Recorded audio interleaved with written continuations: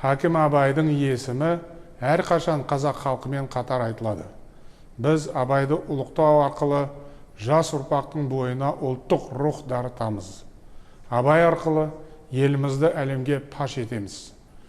Биыл 30 мамырда Данышпан Абайдың 175 жылдығын республикалық деңгейде атап өту жөнінде арнайы жарлыққа қол қойдым.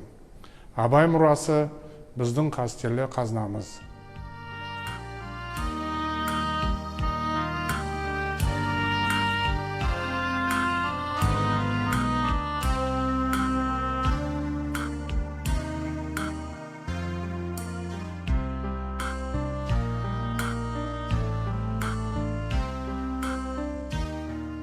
Құрметті оқырман, оқу адамның рухани жетілуінің белгісі дей отырып, мемлекет басшымыз Қасым-Жомарт Тоқаев кітап оқуға арналған челленджді қолдағаны баршамызға мәлім.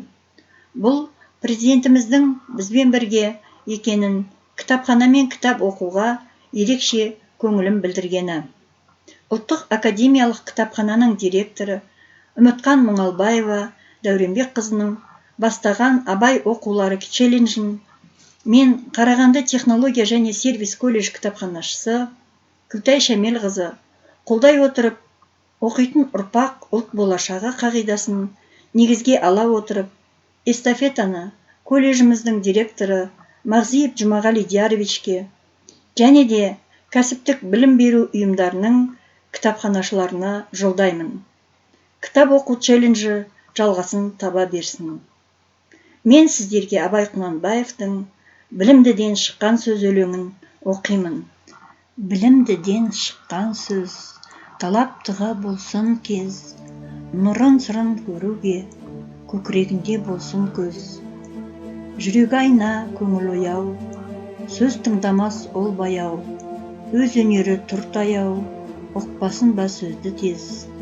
Әбілет басқан елер ме, сөзге жоқ келер ме, түзу сөзге сенер ме, түзелмесін білген ез.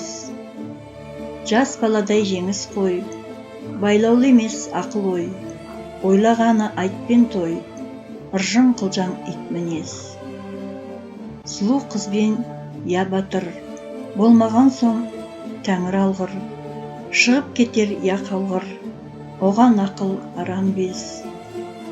Жақсы қайтсаң жан еріп, ұғар көңіл шын беріп, дертті ішіне ем көріп, неге алтынды десін жез.